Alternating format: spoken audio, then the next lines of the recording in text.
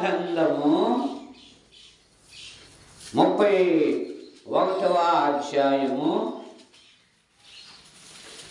21వ వచనము 22వ వచనము రెండు చదువుకుందాం. చూడండి, ఇక్కడ ఇశ్రాయేలు కుమారి సరిహద్దు రాళ్లను పాటించుము, త్రోవ చూపుచున్న స్తంభములను నిలవబెట్టుము.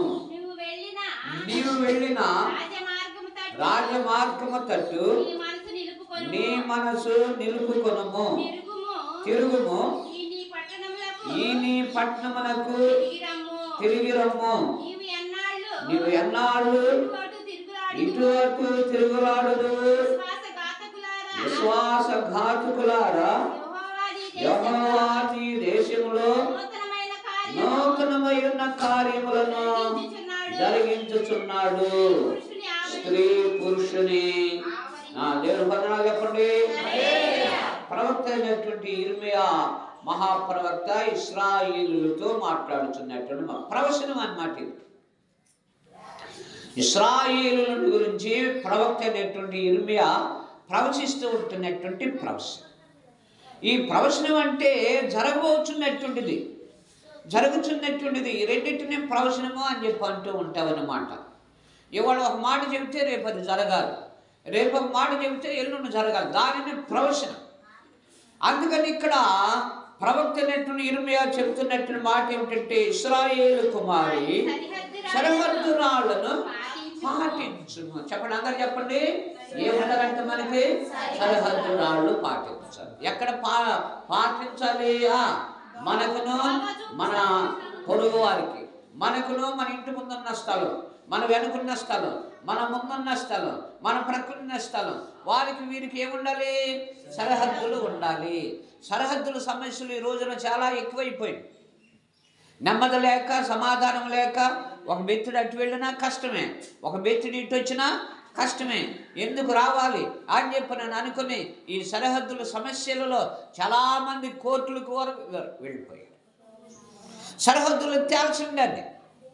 కానీ ఇప్పుడు సరిహద్దులు ఏమిటి? ఇక్కడ ప్రవక్త అయినటువంటి ఇర్మియా చెబుతున్నటువంటి మాట ఏమిటంటే, అనగా క్రైస్తవునికి, అన్యునికి, దేవుని బిడ్డలకు, అన్యులకు, ప్రభు నమ్మిన వారికి, ప్రభు నమ్మనటువంటి వారికి, ప్రభుని కలిగినటువంటి వారికి, ప్రభులో జీవిస్తూ ఉంటున్నటువంటి వారికి మధ్యన ఏముండాలి అన్నది చెబుతూ ఉంటున్నాడంటే సరిహద్దులు కావాలి. చెప్పండి, అందరు చెప్పండి. ఏముండాలి? మనకి సరిహద్దులు కావాలి. ఒకవేళ సరిహద్దులు లేకపోతే మనం అటు వెళ్ళకూడదు, వారు ఇటు రానే రాకూడదు. ఇది మనకు సరిహద్దు. విశ్వాసికి విశ్వాసిగా, క్రైస్తవునికి క్రైస్తవునిగా, బాధకునికి బాధకుడుగా, అన్యునికి అన్యునిగా, అలాగనే సరిహద్దులో ఉండాలి. ఒకవేళ క్రైస్తవులుగా ఉన్న మన సరిహద్దు దాటి అవతలకి వెళ్ళిపోయామనుకోండి, లోకములోనికి, పాపములోనికి, చీకటిలోనికి, దురాశలోనికి మనం వెళ్ళిపోతే మన హద్దు మీరినట్టు. హద్దు మీరుచూ ఉంటున్నట్లయితే దాని వలన మనకేం కలుగుద్దంటే శిక్ష. అందుకనే ఇశ్రాయేలు కుమారి సరిహద్దు రాళ్ళను పాటించు. మనకు సరిహద్దులు ముఖ్యం. అన్నిటితో సహవాసం చేయకూడదు. క్రైస్తవు సరిహద్దు ఉండాలి.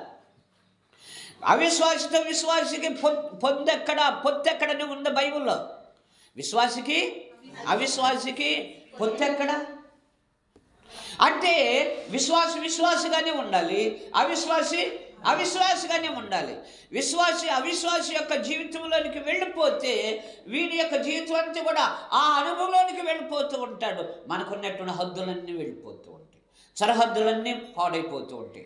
దేవునిలో ఉన్న నియమం వెళ్ళిపోతుంది, దేవునిలో ఉన్న నిబంధన వెళ్ళిపోతుంది, దేవునిలో ఉన్న వాగ్దానం వెళ్ళిపోతుంది, దేవునికి మనకున్నటువంటి ప్రమాణం, దేవునికి మనకున్నటువంటి ఆ యొక్క శ్రేష్టమైనటువంటిది. అందుకనే ఓ ఇశ్రాయేలు కుమారి సరిహద్దు రాళ్లను పాటించు. మొదటి మాట సరిహద్దు రాయి ఉందా? మరి మనకి సరిహద్దు అన్యులతో వస్తే అన్యులతో ఏకీవిస్తున్నాం, అలాగని మరొకరు వస్తే వారితో మనం ఏకీవిస్తున్నాం, ఇంకెవరైనా కలిస్తే వారితో కూడా ఏకీవిస్తూ ఉంటున్నాం. కానీ ఇది మనకు మరి సరైనటువంటిది విశ్వాస ఆత్మీయ జీవితములలో కుదరనటువంటి విషయము. మనకు ఒక హద్దు ఉండాలి, మన హద్దులో మనం ఉండాలి, మనకు ఒక క్రమం ఉండాలి, ఆ క్రమంలో మనం ఉండాలి, మనకు ఒక నియమం ఉండాలి. నియమం మీరకూడదు. మనం ఒకవేళ నియమం మీరితే నేనెంతో ఘోరమై ఉన్నటువంటి పాపము చేసి ఉంటున్నా వ్యక్తిగా కనబడుతూ ఉంటున్నాను కనుక మన హద్దులను మనము దాటనే. చూడండి, ఎవరితో స్నేహం చేసేవండి, ఎవరితో మనం స్నేహం చేస్తూ ఉంటున్నప్పుడు ఆ స్నేహ భావాలు ఎంతవరకు ఉండాలి చెప్పరేంటమ్మా? ఎవరితో మనం స్నేహం చేస్తున్నాం మంచిదే, స్నేహం చేయాలి, మానవుడు సంఘజీవి, స్నేహం చేస్తూ ఉండాలి. కానీ ఆ స్నేహం ఎంతవరకు ఉండాలి? ఒకవేళ అద్దు మీరిందనుకో ఏమైపోతుంది? పరిస్థితులు మారిపోతూ ఉంటాయి. పరిస్థితులు మారిపోతే జీవితం అంతా కూడా గలిబిలి, గందరగోళం, అశాంతి, అసమాధానం ఏర్పడుతూ ఉంటుంది కనుక అందుకని మన పరిధిలో మనం ఉండాలి, అదే మన హద్దులో మనం ఉండాలి, మన విశ్వాసంలో మనం ఉండాలి, మన రక్షణలో మనం ఉండాలి.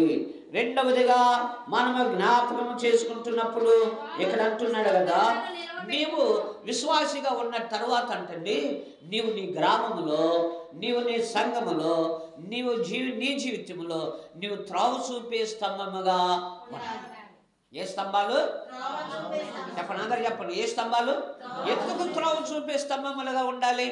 లైట్లు వేస్తున్నారు, కరెంటు నైట్ రోడ్డు మీద స్తంభాలు ఉన్నాయి కదా, ఎందుకు ఆ స్తంభాలు వేసింది? అది త్రావు చూపుతారు. ఎవరికి? ఎవరు వెళ్ళినా, బాటసార్లు వెళ్ళినా, ఇంకొకరు ప్రయాణం చేసినా ఇది మార్గము, ఇది త్రోవ, ఇలా వెళ్ళాలి అని చెప్పనని ఆ త్రోవ చూపే స్తంభం. అలాగనే విశ్వాస అంట అన్యులకు మనం త్రోవ చూపే స్తంభాలుగా ఉండాలంట, అవిశ్వాసులకు మనం త్రోవ చూపే స్తంభములుగా ఉండాలంట. ప్రభుని ఎరగనట్టు వారికి ప్రభునట్టును ఎరిగినట్టును మనము ఇది మార్గము, ఇది త్రోవ, ఇది వే అని చెప్పనని మనం తెలియజేస్తూ ఉండాలంట. అది క్రైస్తవుని యొక్క జీవిత లక్షణం. యేసయ్య అదే అన్నాడు కదా, నేనే మార్గమును, నేనే సత్యమును, నేనే జీవమును, నా ద్వారా తప్ప ఎవరును పరలోకమునకు వెళ్ళుటకు వీలు లేనే.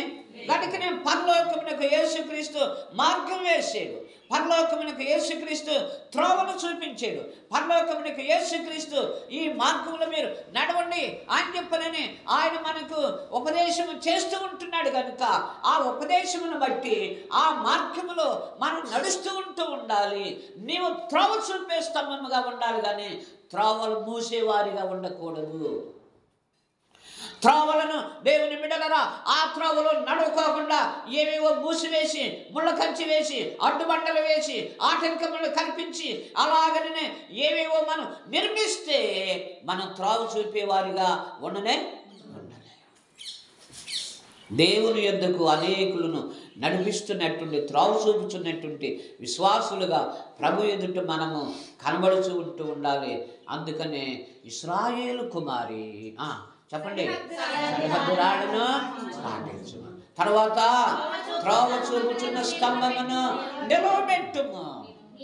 దేవుడు అయినటువంటి ప్రభు అయినటువంటి యేసుక్రీస్తు ఆయన త్రోవ చూపుతున్నటువంటి స్తంభమును మనకు నిలబెట్టాడు. ఇదిగో అందుకని ఇక్కడ ఆయన మనకు ఇచ్చినటువంటి వాగ్దానము ఏమనగా చూస్తూ ఉంటున్నట్లయితే, నేను తప్ప వేరొక మార్గమున నీకు రక్షణ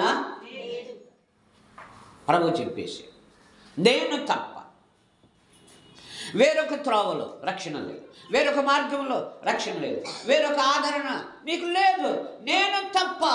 అందుకని ఆ యొక్క దేవుని యొక్క సన్నిధిలో, ఆ మార్గంలో, ఆ వేలో నీవు, నీ బిడ్డలు, నీ కుటుంబము, నీ జీవితము అంత కూడా నడుచుకుంటూ ఉండాలి. అనేకులకు నువ్వు త్రోవ చూపే వ్యక్తిగా ఉండాలి, త్రోవ మూసే వ్యక్తిగా ఉండకూడదు. మూడోది అంటున్నాడు, నీవు వెళ్ళుచున్నా రాజమార్గము తట్టు నీ మనసును నిలుపుకో.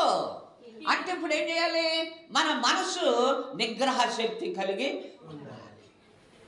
మనసు చెడిపోతే బ్రతుకు చెడిపోయినట్టు, బ్రతుకు చెడిపోతే జీవితం అంతా భంగపాటు అయిపోయినట్లు, జీవితం అంతా భంగపాటు అయిపోతే మన స్థితులే, పరిస్థితులే ఏమైపోతాయి అంటే తారుమారు.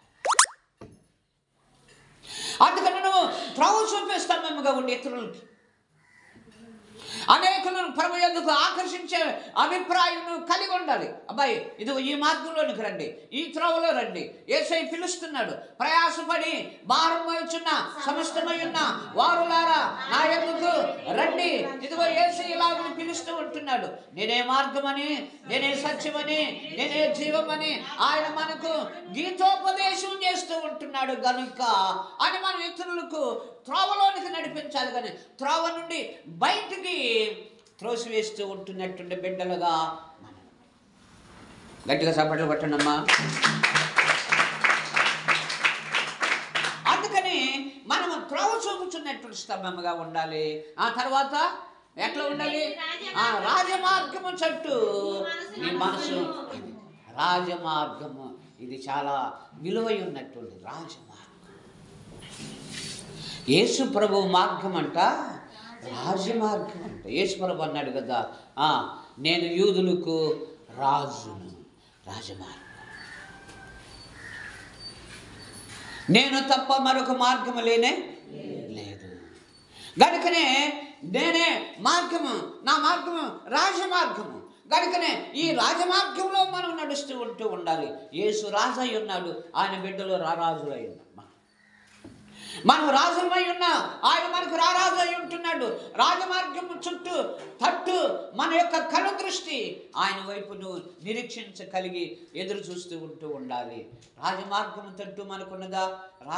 మార్గం లోకం తట్టు మనం ఎన్నెన్నో ఆలోచనలతో మనం ఉండవచ్చు, కానీ కాదు. యేసయ్య మార్గము, యేసయ్య సత్యము, యేసయ్య జీవము. ఆయన మార్గం శాశ్వతమై ఉంటున్నటువంటి మార్గము అని చెప్పనని ప్రభు మనకు తెలియజేస్తూ ఉంటున్నది. తర్వాత అంటున్నాడు, నీ మనసును నిలుపుకొనుము. ఇది చెప్పండి, అందరు చెప్పండి. మనస్సును. కొందరు మనసులు సంచలమైపోరు.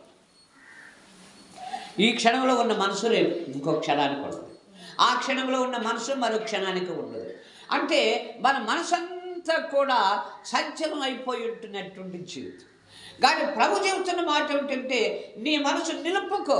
అంటే దేవుని మీద గురి కలిగి ఆయన యందు నిరీక్షణ కలిగి ఆదరణతో మనము ముందుకు సాగుతూ ఉంటాం. గురులైన జీవితం నీకు ఉండకూడదు, గురులైన బ్రతుకు మనకు ఉండకూడదు. గురిలేని నీ బ్రతుకు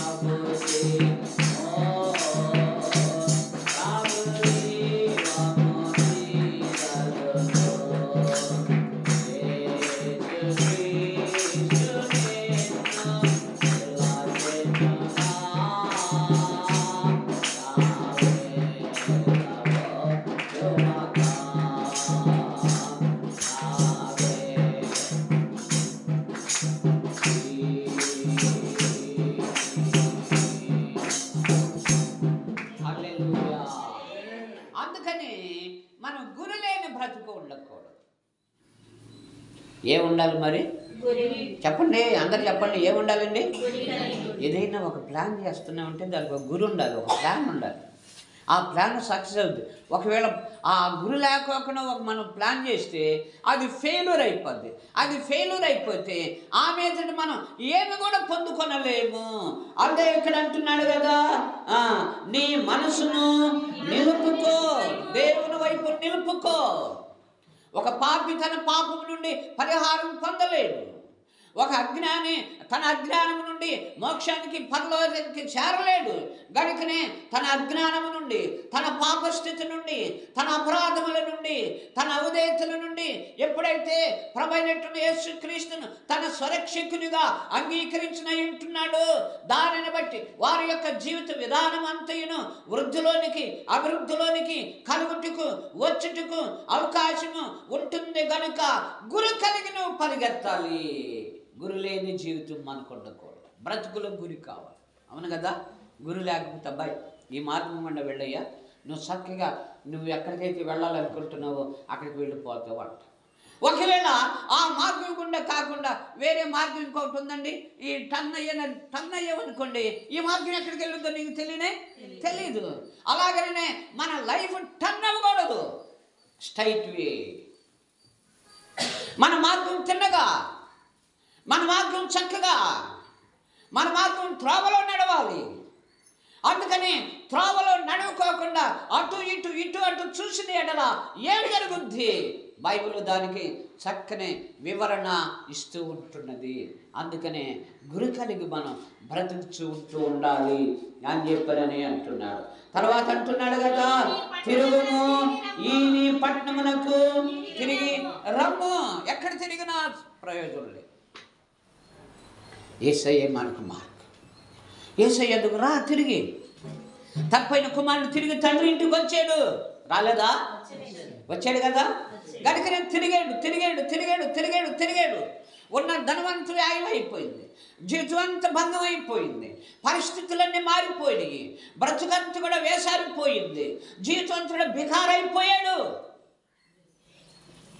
దేవునిని విడిచినటువంటి వారి యొక్క జీవితాలు, తండ్రిని విడిచినటువంటి వారి యొక్క అనుభవాలు, ప్రభు అయినటువంటి యేసుక్రీస్తు యొక్క నామములో మనం వండుకోకుండా మన బ్రతుకులన్నీ కూడా అలాగనే ఉంటే మన పరిస్థితులు ఏమవుతున్నాయో మనకు తెలియదు అనమాట.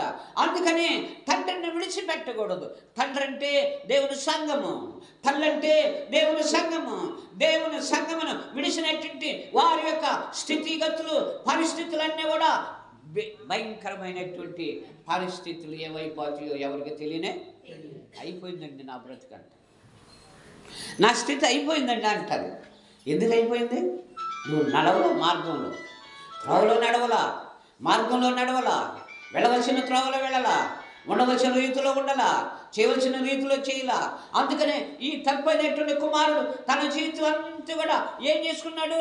అంత వేస్ట్. ఆఖరికి తన యొక్క స్థితిగతులను ఆదరించేవారు, ప్రేమించేవారు, పరామర్శించేవారు, రక్షించేవారు ఏ ఒక్కరును లేరు. అటువంటి పరిస్థితులలో అంటున్నాడు, ఇదిగో అయ్యో నా తండ్రి ఇంట అనేక మందికి ఫుడ్ ఉంది, సరే ఆహారం ఫుడ్ ఉంది, నాకు ఇప్పుడు కావాల్సిన ఫుడ్, ఈ ఫుడ్ ఉన్న నా తండ్రి దగ్గర, అందుకని నేను ఇక్కడ ఆకలితో బాధపడిపోవచ్చు ఉంటున్నాను. కనుక నేను ఇప్పుడే లేస్తాను, నేను ఇప్పుడే వెళతాను, నా తండ్రి యొక్క క్షమాపణ వేడుకుంటూ ఉంటాను. దేవుని సన్నిధిలో మనము కూడా దేవుని సన్నిధిలో దేవునికి మనకి క్షమాపణ కావాలి. క్షమాపణ దేనికి? చేసిన అవిధేయతలకు, చేసిన పొరపాటులకు, చేసిన గ్రహపాటులకు, చేసిన బలహీనతలకు. అయ్యా అందుకనే తప్పైనటువంటి కుమారుడు తండ్రి వద్దకు వెళుతుంటున్నాడు, తండ్రి నీకును పరలోకమున్న దేవుని ఎదుటను నేను పాపము చేసి తిని ఇక మీదట నీ కుమారుడునని అనిపించుకునేటకు నాకు అర్హత యోగ్యత లేనే లేదు. గనుక ఏమన్నాడండి? నీ కూలివానిలో